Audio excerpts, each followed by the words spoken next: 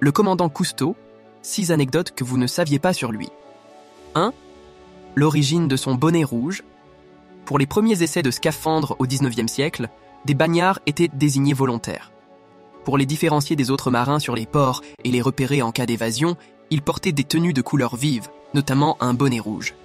C'est pour leur rendre hommage que le commandant Cousteau a décidé de se coiffer lui aussi de ce couvre-chef devenu un symbole et qui lui a donné son surnom.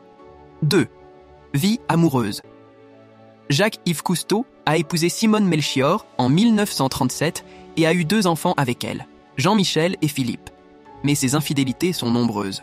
En 1976, il rencontre Francine Triplet, hôtesse de l'air, avec laquelle il a 2 enfants dont Simone apprendra l'existence quelques semaines avant son décès. 6 mois après la mort de Simone, le commandant Cousteau épouse Francine. 3. Personnalité préférée des Français, bien avant Jean-Jacques Goldman, Yannick Noah ou Zinedine Zidane, Jacques-Yves Cousteau a trusté la première place du classement initié par le journal du dimanche. 20 fois très exactement, sur une période s'étalant de 1988 à 1996. Autrefois, plusieurs classements étaient réalisés chaque année. Il devance l'abbé Pierre lauréat 16 fois. 4. Du bonnet rouge au tapis rouge. Après la Seconde Guerre mondiale, cet ancien militaire se consacre à l'exploration sous-marine et archéologique. Le commandant Cousteau contribue à développer le concept de scaphandre autonome et la pratique de la plongée sous-marine. Mais JYC devient véritablement célèbre grâce au film Le Monde du Silence, réalisé par Louis Malle, qui décroche la Palme d'Or au Festival de Cannes de 1956, puis l'Oscar du meilleur documentaire. 5.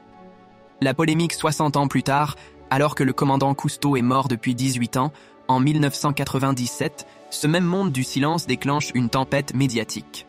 Le cinéaste et romancier Gérard Mordillat explique dans une chronique diffusée sur le web combien le documentaire est naïvement dégueulasse et que son seul but est de faire chier les poissons et toute la faune sous-marine. Selon lui, le silence dont il est question dans le titre est celui qui entoure la destruction massive d'animaux marins. Dans Libération, le journaliste Tristan Berteloot affirme que Cousteau était un homme de spectacle, rien d'autre. Un homme prêt à tout pour vendre ses films et ses livres, quitte à martyriser les animaux. 6. La réhabilitation. Près de 20 ans après sa disparition, le commandant Cousteau compte encore de nombreux défenseurs, notamment des hommes qui l'ont accompagné dans ses aventures.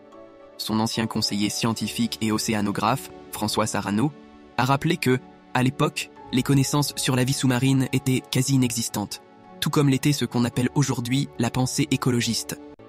Cousteau et son équipage étaient d'authentiques explorateurs, des pionniers et pas des idéologues. Il ajoute qu'en 1954, personne n'avait encore pressenti les désastres à venir, pas même Cousteau.